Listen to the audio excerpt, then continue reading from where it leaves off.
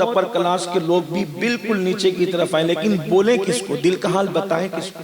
اب وہ لوگ چونکہ ہم سے دعائیں چاہتے ہیں، کبھی کبھی تعویذات چاہتے ہیں، کبھی کچھ چاہتے ہیں، تو وہ دل کے سارے حالات رکھتے ہیں، تو اندازہ ہوتا ہے کہ یار یہ کروڑوں پتی آدمی آج اس کی پوزیشن کیا ہے؟ ایک سازش ہے مسلمانوں کو غریب کرنے کی۔ اس لیے میری گزارش ہے مالدار بنو، مالدار بناؤ۔ اب یہ جو کچھ باتیں کچھ لوگ کہتے ہیں نا کہ اسلام غریبوں کا مذہب ہے، مفلسوں کا مذہب ہے، کمزوروں کا مذہب ہے، مجھے ایسا لگتا ہے شاید کہ ان کو مغالطہ ہو رہا ہے، انہیں ٹھوکر لگ رہی ہے۔ آپ کو معلوم ہونا چاہیے کہ اللہ کے رسول صلی اللہ علیہ وآلہ وسلم اپنے ظاہری دور میں بھی پورے مدینے میں سب سے بڑے مالدار تھے۔ اس پر میں اگر کوئی بات کرنا چاہے تو میں اس سے بات کر کے اسے سمجھا سکتا ہوں۔ اللہ کے رسول علیہ السلام سے پورے مدینے میں اس دور میں بھی حضور علیہ السلام کی لاکھوں کی آمدنی تھی، لاکھوں کی۔ حضور علیہ السلام کے دروازے سے کوئی خالی نہیں جاتا تھا۔ پھر حضور پیٹ پہ پتھر کیوں باندھتے تھے؟ یہ تعلیم امت کے لیے باندھتے تھے۔ لاکھوں آتے تھے صبح اور شام ہونے سے پہلے تقسیم کر دیتے تھے اللہ کے رسول علیہ السلام۔ آپ اٹھا کر کے دیکھیے حضور علیہ السلام کے گھر میں چولہا نہیں جلتا، آپ غور کریں، چولہا نہیں جلتا، 3 مہینے تک چولہا نہیں جلتا۔ آپ نے کبھی سوچا اگر آپ میں سے کسی کو پتا چل جائے کہ میں بھوکا ہوں، بریلی والوں نے مجھے کھانا نہیں کھلا، اگر آپ کو پتا چل جائے، سچ بولنا آپ کیا کرو گے؟ کھانے کا انبار لگ جائے گا؟ یا اگر میں کہہ دوں نا مجھے اس چیز کی حاجت ہے، پروگرام والوں نے نہیں پیش کیا، کھانے کا انبار لگ جائے گا۔ میرے جیسا ایک آدمی جو رسول اللہ سے خون کی نسبت رکھتا ہو بہت دور، ایک سید کو آپ بریلی میں بھوکا نہیں دیکھ سکتے۔ سید الانبیاء کو صحابہ نے کیسے بھوکا دیکھ لیا؟ سوال پیدا ہوتا ہے۔ 3 مہینے تک حضور کے گھر میں چولہا نہیں جلا تو صحابہ نے کیسے، کیوں کھانا نہیں پہنچایا حضور کے گھر تک؟ سوال پیدا ہوتا ہے۔ آپ مجھے بھوکا نہیں دے، میں میری بات جانے دیجئے، ایک عام انسان چھوٹا سا بچہ کہے میں 3 دن کا بھوکا ہوں، مسلمان کے دل میں آج بھی اللہ نے اتنا رحم ڈالا ہے کہ وہ اپنا کھانا اس کو کھلا دے گا۔ تو امتی حضور کو، وہ صحابہ جو جنگ میں اپنی جان، اپنا مال، سب کچھ حضور کے قدموں پہ قربان، حضور کے گھر کھانا کیوں نہیں پہنچایا؟ تو آپ کو معلوم ہونا چاہیے وہ رسول چونکہ لاکھوں کی آمدنی ان کے پاس تھی، صبح آتے تھے شام تک تقسیم کر دیتے تھے۔ ایک تو یہ اتنا مال حضور کے پاس ہے، ایک نمبر 2 گھر میں چولہا نہیں جلتا ہے۔ غیرت رسول کا عالم یہ تھا کہ صدیق اکبر کو بھی خبر نہیں ہوتی تھی کہ چولہا نہیں جلائے۔ یہ بات تو حضور کے وصال کے بعد سامنے آئی ہے کہ 3 مہینے تک چولہا نہیں جلتا تھا، حضور کی حیات میں کسی کو معلوم ہی نہیں تھی۔ بلکہ حضور علیہ السلام نے لا اسألکم علیہ اجرا، میں تم سے کچھ نہیں چاہتا، مجھے کچھ نہیں چاہیے تم سے، میں کچھ مانگنے نہیں آیا تم سے۔ یہ غیرت کا حال تھا۔ اس کا مطلب یہ ہے کہ اللہ کے رسول بتا رہے ہیں کہ پیٹ پہ پتھر باندھ کے بھی حضور نے کسی سے کچھ مانگا نہیں ہے۔ تو یہ مانگنے والی قوم نہیں ہے جو بھکاری ہمارے درمیان پیدا کیے جا رہے ہیں نا، بھکاری، یہ بھی آپ غور تو کریں۔ کیا کوئی مذہب کی بیٹی لے لے، مذہبی لباس میں سگنل پہ کوئی بھیک مانگتی بھی نظر آتی ہے؟ ہندو کی بیٹی ہندوؤں کے مذہبی لباس میں، سکھوں کی بیٹی سکھوں کے لباس میں، عیسائیوں کی بیٹی عیسائیوں کے مذہبی لباس میں، یہودیوں کی بیٹی یہودیوں کے مذہبی لباس میں سگنل پہ بھیک مانگتی ملی؟ مسلمانی کی بیٹی برقعے میں بھیک مانگتی کیوں نظر آ رہی ہے؟ آپ غور فرمائیں، آپ غور کریں، یہ غور کرنے کا۔ اور پھر کس قوم کی بیٹی؟ جس قوم کی مسجد کا ایک مینار 2 کروڑ کا بن رہا ہے، 5 کروڑ کا بن رہا ہے۔ میرے بھائیوں، ہم مینار بنانے والے لوگ نہیں ہیں، ہم انسان بنانے والے لوگ۔ اللہ کے رسول بڑے مینار بنانے نہیں آئے تھے، اللہ کے رسول بڑے انسان بنانے آئے تھے۔ بڑے مینار انقلاب نہیں پیدا کرتے، بڑے انسان انقلاب پیدا کرتے۔ اللہ کے رسول نے بڑے اتنے انسان بنائے، ابو بکر صدیق جیسا بڑا انسان، عمر جیسا بڑا انسان، عثمان جیسا بڑا انسان، علی مرتضیٰ جیسا بڑا انسان، عشرہ مبشرہ جیسے بڑے انسان۔ ان چند لوگوں کو اچھا بنا دیا، انہوں نے پوری دنیا میں اچھائی کو عام فرما دی۔ 3 بر اعظموں پر اچھائی، تو اس پہ محنت کی جائے نا کہ اچھے انسان بنائیں۔ چندہ کر کے آپ مینار کیوں بنا رہے بھائیوں؟ مینار کی ضرورت نہیں، اچھے انسان بنانے کی۔ جو 2-4 کروڑ کا آپ کی جو ہے وہ عمارت بنا رہے نا، مسجد کی یا مینار اور گنبد کی، وہ کروڑوں روپیہ آپ تعلیمی اداروں پہ خرچ کیجئے، تعلیمی ادارے بنائیے، اس کی ضرورت ہے۔ یا پھر کچھ لوگوں کو دولت دے کر کے کھڑا کیجئے کہ وہ بھی مالدار بنے۔ تو دیندار بنو، مالدار بنو۔ اللہ کے رسول علیہ السلام کو پسند ہی نہیں تھا کہ میرا امتی مانگے. مشہور واقعہ ہے, مشہور روایت ہے, آپ نے پھر سنا ہوگا, لیکن موقع کی مناسبت سے صرف اشارہ دینے کے لیے تاکہ یاد تازہ ہو جائے. ایک صحابی آئے, عرض کی یا رسول اللہ صلی اللہ علیہ وآلہ وسلم, میرے بچے بھوکے ہیں. صحابہ کہتے ہیں وہ آئے تھے تو ان کے چہرے کا رنگ پیلا پڑ گیا, آنکھیں اندر کو دسی تھی, بڑے پریشان تھے. آئے میرے بچے بھوکے, حضور مجھے میری مدد کریں. حضور کسی کو نہ نہیں کہتے تھے, لیکن حضور علیہ السلام قانون دینے آئے تھے, زندگی دینے آئے تھے, شعبہ حیات دینے آئے تھے. آقا علیہ السلام نے فرمایا تیرے بچے بھوکے ہیں, تو ہنر کیا جانتا ہے وہ بتا, تو ہنر کیا جانتا ہے وہ بتا. انہوں نے کہا مجھے کچھ نہیں آتا, میں صرف لکڑیاں کاٹ سکتا ہوں. اللہ کے رسول علیہ السلام نے تیرے پاس کچھ ہے؟ اس نے کہا کہ میرے پاس ایک کٹورا ہے. آقا علیہ السلام نے وہ کٹورا لے کر آؤ. وہ کٹورا لائے, حضور نے کٹورا ہاتھ میں لے کے اس کا نیلام کیا. جب حضور کے ہاتھ میں کٹورا آیا تو صحابہ نے اس کی بڑی قیمت لگائی, کیونکہ کٹورا نہیں دیکھا, رسول اللہ کے ہاتھ دیکھے. اور پھر دست کرم میں کٹورا دیکھا, قیمت دے کر کے خرید لی. حضور نے فرمایا اپنے بچوں کے لیے کھانے کا انتظام کر لو, اور چونکہ تم لکڑیاں کاٹنے کا ہنر جانتے ہو, جاؤ کڑاڑی کا حصہ لے آؤ. وہ کڑاڑی کا لوہے کا اوپر کا حصہ خریدنے بازار گئے. ان کے آنے تک حضور نے ڈنڈا خود تیار کیا, اور اس کے بعد اس کو ڈنڈے کو اس میں ڈال کر کے ان کو کڑاڑی دیتے ہوئے کہا مانگنا نہیں, محنت میں برکت ہے, جاؤ محنت کرو. ٹھیک, اس کے بعد وہ گئے, لکڑیاں کاٹی, محنت کی. چند دنوں کے بعد وہ آئے جو چند دن پہلے مانگنے آیا تھا, اب وہی حضور کو نذرانہ لے کر کے آئے دینے کے لیے. حضور یہ قبول فرما لے. آقا فرماتے اللہ تجھے برکت دے, بچوں پہ خرچہ کر لے جا. اور پھر اس صحابہ بیٹھے تھے, فرمایا اس کو پہچانا؟ صحابہ نے کہا جی یا رسول اللہ چند دن پہلے مانگنے آیا تھا, اور اس کے چہرے کا رنگ پیلا تھا, ابھی تو اس کے چہرے کا رنگ سرخ ہو گیا, یعنی یہ تر و تازہ ہو گیا. لیکن چہرے کا رنگ سرخ ہوا تھا, مگر لکڑیاں کاٹتے کاٹتے ہاتھ سخت ہو گئے تھے, ہاتھوں میں گٹے پڑ گئے تھے. حضور نے ان کے ہاتھ لیا, ہاتھ لے کر کے چوم لیا. سب حضور کے ہاتھ چومتے تھے. حضور نے ایک مزدور کے سخت ہاتھ چوم کر بتائے کہ محنت کرنے والے اور حلال کمانے والوں کی اسلام میں اہمیت کیا ہے. اور آقا نے ہاتھ چوم کر فرمایا جو ہاتھ حلال کماتے کماتے سخت ہو جاتے ہیں, اللہ ان ہاتھوں پر جہنم کی آگ کو حرام فرما دیتا ہے.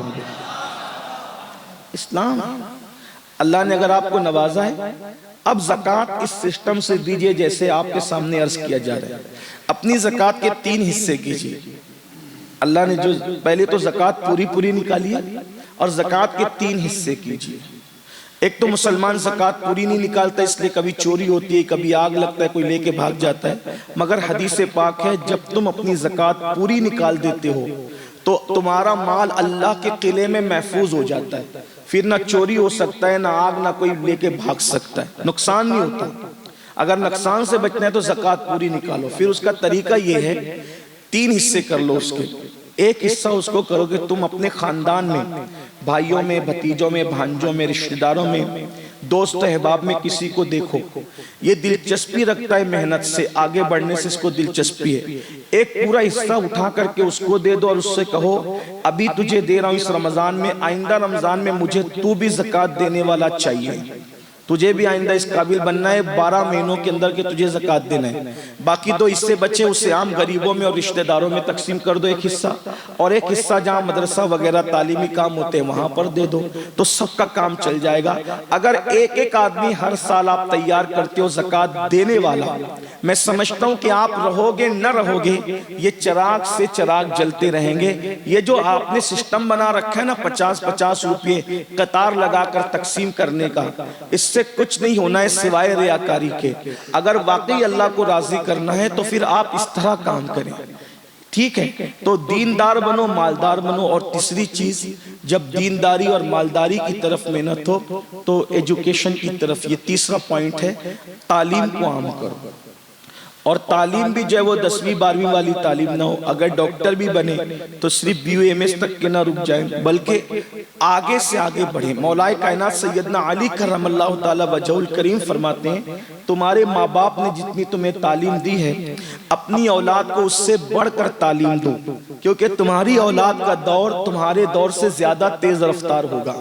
آج سے 1450 سال پہلے مولا کائنات نے فرمایا تھا، آج دیکھ کر احساس ہوتا ہے کہ ہم نے اپنے بچپنے میں 10 سال 12 سال 15 سال بلکہ 18 سال کی عمر تک موبائل کی زیارت بھی نہیں کی تھی، اور اب ہمارے بچے 6 مہینے کے اور ان کے سرانے موبائل موجود ہیں، اور وہ بلکہ موبائل کو کھلونے کے طور پہ جھنجھنے کے طور پر استعمال کر رہے ہیں۔ آپ غور فرمائیں، ہمیں 10 روپے کا جھنجھنا میسر نہ تھا، لکھپتی کی اولاد کے باوجود، کروڑ پتی کی اولاد کے باوجود 5000 کا کھلونا ہمیں نہیں تھا، لیکن اگر ایک مزدور کا بیٹا بھی ہے تو 50,000 کا موبائل 6 مہینے کی عمر میں اس کے ہاتھ میں آ جاتا ہے۔ دیکھ لیں دور کی تبدیلی، دیکھیں آپ۔ اس لیے میری گزارش ہے، اچھا پھر یہ بھی ایک بات میں آپ سے کہتا ہوں، خاص بات، موبائل کی ہم مخالفت نہ کریں، انٹرنیٹ کی مخالفت نہ کریں، فیس بک کی مخالفت نہ کریں، مخالفت نہ کریں۔ اسلام جو ہے نا وہ منع نہیں کرتا بہت سی چیز، اسلام منع کا مذہب نہیں ہے، اسلام جو ہے وہ آلٹرنیٹ پیش کرتا ہے۔ تو ڈائریکٹ آپ منع کریں گے نا تو کام نہیں ہوگا، آلٹرنیٹ دیجئے۔ مثال کے طور پہ فیس بک سے منع مت کیجئے، یوٹیوب سے منع مت کیجئے، واٹس ایپ سے منع مت کیجئے۔ اپنی قوم کو یہ ذہن دیجئے، بچوں کو یہ ذہن دیجئے، چلیں ٹھیک ہے آپ فیس بک یوٹیوب اور اس کا استعمال کر رہے ہیں، تو اس کا استعمال آپ گناہ اور فواحشات کو عام کرنے کی بجائے آپ دین کی خدمت کے لیے استعمال کیجئے۔ اس طرف ان کو جو ہے وہ ڈائیورٹ کر دیجئے، ان کو کوئی نہ کوئی دوسرا راستہ دے دیجئے، اور ان لوگوں کو ایک اچھے سمت میں لگا دیجئے، کیونکہ جب کسی چیز کا نشہ لوگوں کو پرطاری ہو جاتا ہے تو منع کرنے سے نفرتیں پیدا ہوتی ہیں، دھیرے دھیرے ہم محنت کر سکتے ہیں۔ تو اس لیے تعلیم عام کیجئے، اور آپ سے یہ بھی کہتا ہوں اگر یہاں کچھ بزنس مین لوگ موجود ہیں، تاجر لوگ موجود ہیں، تو آپ اگر 4 فیکٹری کا ارادہ رکھتے ہیں، اگر آپ 2 فیکٹری کا ارادہ رکھتے ہیں کچھ، تو آپ 4 کی بجائے 2 فیکٹریاں بنائیں، اور 2 فیکٹریوں کے پیسے آپ اچھے اسکول اور کالجز میں لگائیں۔ تو یہ عصری تعلیم جو ہے وہ ایک اچھا بزنس بھی ہوگا اور قوم کی ایک اچھی خدمت بھی ہوگی۔ آج اگر کوئی کہتا ہے نا کہ ہمیں صرف خدمت کرنا ہے، بزنس نہیں کرنا ہے، تو میں اس سے کہتا ہوں اچھی نیت ہے، لیکن یہ ایک اچھا بزنس بھی ہے۔ آپ سال میں فیکٹریوں میں جتنا کماتے ہیں، کالج میں اس سے کم نہیں ملتا، اس سے زیادہ ہی کما سکتے ہیں، لیکن اس سے فائدہ یہ ہے کہ اچھا بزنس بھی ہے، اچھی قوم کی خدمت بھی ہے۔ میں نے کئی جگہ کہا تو کچھ لوگ ناراض بھی ہوئے، میں نے کہا کاش شاہ جہاں کو کوئی مشورہ دینے والا ملتا کہ ممتاز کی یاد میں تاج محل بنانے کی بجائے ممتاز یونیورسٹی بنا دے، تو اس طرح بھی ممتاز کا نام زندہ بھی رہتا اور قوم کا فائدہ بھی ہو جاتا۔ تاج محل سے کیا ہے، تاج محل کو لوگوں نے کرائے پر دے دیا، یونیورسٹی تھوڑی کرائے پر دے سکتے تھے۔ یادگار کا کم میں مخالف نہیں ہوں، اور آپ سے بھی یہی کہتا ہوں باپ داداؤں کے نام سے کوئی عمارت بنانے کی بجائے باپ داداؤں کے نام سے اچھے اسکول بنائیے، کالجز بنائیے، لڑکیوں کے اچھے ادارے بنائیے جہاں پردے کی تعلیم کے ساتھ۔ دیکھیے اگر ہم صرف یہ کہ پردے والی لڑکی کو نکال دیا، آپ بڑے دکھ کے ساتھ اس کی ویڈیو چلا دیں، اس سے کام نہیں ہوگا، بیماری کا رونا رونے سے کام نہیں ہوگا، اس کے حل کی طرف کوشش کرنا چاہیے۔ اگر کوئی ہماری پردے والی بچی کو کالج سے نکال رہا ہے کوئی بات نہیں، ہم اس کا ریئیکشن دھرنے اور نعرے اور چیخ چلانے کر دینے کی بجائے یہ کریں ٹھیک ہے پردے میں تو ہماری بیٹیاں پڑھنے نہیں دیتے، ہم ایک ایسا کالج قائم کریں گے جس میں سب پردے کے ساتھ پڑھیں گے، ایسا بھی تو ہو سکتا ہے۔ لیکن بے حسی ہے، بڑی معذرت کے ساتھ بہت بے حسی ہے، اور ہم مگر مایوس بھی نہیں ہیں کیونکہ گفتگو سب سنتے ہیں، ایک بندہ بھی اگر عمل کر لے تو ہمارا کام ہو جائے، اور اللہ کرے کسی کے دل میں بات اتر جائے۔ اقبال نے کہا تھا ذرا نم ہو تو یہ مٹی بڑی زرخیز ہے ساقی، انشاءاللہ تعالی انقلاب آئے گا، تبدیلی آئے گی۔ تو اس وقت اگر غلبہ دین کے لیے آپ کا موڈ ہے اور آپ اس کا حصہ بننا چاہتے ہیں تو آپ سے میری گزارش ہے کہ آپ دیندار بنیے، دیندار بنائیے، مالدار بنیے، مالدار بنائیے، اور ایجوکیشن کی طرف کوئی جاہل نہ رہنے پائے، کوئی ان پڑھ نہ رہنے پائے، اچھے اداروں کی طرف کوشش کیجئے۔ اکیلے نہیں کر سکتے تو 4-5 دوست لوگ مل کر کیجئے، 11 دوست لوگ مل کے کیجئے، لیکن کیجئے۔ دین کے غلبے کی ذمہ داری صرف علماء پر نہیں ہے، حضور کے ہر امتی پر ہے۔ ہر کلمہ پڑھنے والے پر ہے، اور کل میدان محشر میں حضور علیہ السلام کو ہمیں منہ دکھانا ہوگا، حضور کی بارگاہ میں کھڑے رہنا ہوگا۔ جس دین کو اللہ کے رسول نے اپنے خون سے سینچا ہے، لوگ کہتے ہیں کہ میرے باپ کا پسینہ پیر تک آیا تھا، پیشانی کا، جب میرا باپ مالدار ہوا تھا، اب اس کی دولت کو میں داؤ پہ کیسے لگا دوں؟ تو باپ کا سر کا پسینہ پیر تک آیا تھا، تب باپ نے مال کمایا تھا، لیکن یہ دین کا گلشن جو سینچا گیا ہے، نبی کے سر کا پسینہ پیر تک نہیں آیا تھا، بلکہ نبی کا سر کا خون پیر تک آیا تھا، اور نالین خون سے بھر گئی تھی، تب یہ دین ہمیں ملا ہے۔ اگر اللہ کے رسول نے آپ کا دامن پکڑ کے قیامت میں پوچھ لیا کہ میری امت کی بیٹیاں مرتد ہو رہی تھی تعلیم کے نام پہ، اور بچے کافر ہو رہے تھے تعلیم کے نام پہ، اور تو کیا کر رہا تھا، اس وقت آپ کے پاس جواب کیا ہوگا؟ آپ اپنے نبی کو کیا منہ دکھائیں گے؟ اس لیے بہت بڑی ذمہ داری ہے، اپنی ذمہ داری کا احساس کیجئے۔ اللہ کے رسول علیہ السلام نے فرمایا، جس نے اس حالت میں صبح کی، جس نے اس حالت میں صبح کی کہ میری امت کی بھلائی کا کوئی منصوبہ اور پلان نہیں بنایا، فرمایا وہ میری سوسائٹی کا ممبر ہی نہیں ہے، وہ میری سوسائٹی کا ممبر نہیں ہے۔ یعنی ہر صبح آپ پر لازم ہے، نیند سے اٹھنے کے بعد اچھے ناشتے کی فکر کرنے سے پہلے ہمیں یہ فکر ہونا چاہیے، حضور کی امت کی بھلائی کے لیے آج میں کیا کام کروں گا؟ اگر حضور کی سوسائٹی کا ممبر بننا ہے تو، ورنہ اگر آپ پھر صرف ایک عام انسان کی حیثیت سے زندگی گزارنا چاہتے ہیں تو پھر آپ کے لیے بڑے راستے ہیں، لیکن اگر حضور کے سچے امتی کی حیثیت سے اگر آپ زندگی گزارنا چاہتے ہیں، آپ کو مفید بننا ہوگا۔ جو لوگ اپنے لیے جیتے ہیں وہ جی کر بھی مردہ کہلاتے ہیں، جو قوم، ملت، ملک اور مسلک کے لیے جیتے ہیں، مرنے کے بعد بھی ان کا نام زندہ رہتا ہے۔ جو مقصد کے لیے جیتے ہیں وہ مقصد زندہ ہوتا ہے تو ان کا نام بھی زندہ ہوتا ہے۔ لوگ انہیں یاد کرتے ہیں، یا کوئی یاد کرے نہ کرے، ان کا کام ہی ان کی یادگار بن جاتا ہے۔ آج بھی صلاح الدین کو اس لیے یاد کیا جاتا ہے، سارے بادشاہ تعیش پسند ہو گئے تھے، اس نے قسم کھائی تھی جب تک بیت المقدس پر اسلام کا پرچم نہیں لہراؤں گا اس وقت تک نہ بستر پہ سوؤں گا نہ بیوی کو ہاتھ لگاؤں گا۔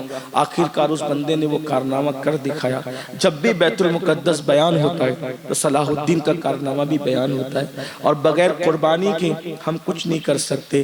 جب صلاح الدین کے انتقال کے بعد ان کا کفن کھولا گیا تو کفن میں ایک چٹھی نکلی، ہر سال میں حج کا پلان بناتا رہا کہ اس سال حج کو جاؤں گا، لیکن بیت المقدس کی بازیابی کی ذمہ داریوں نے مجھے حج کو جانے نہ دیا، یہ احساس لے کر میں دنیا سے جا رہا ہوں۔ ایسے بھی لوگ تھے دنیا کے اندر، آج ان کے نام عزت سے لیے جاتے ہیں، زمین پہ عزت سے نام لیا جا رہا ہے، قبر کے اندر وہ جنت کے باغوں میں سے ایک باغ میں ہے۔ کاش کہ ہم بھی قوم کے لیے کچھ کوشش کرتے۔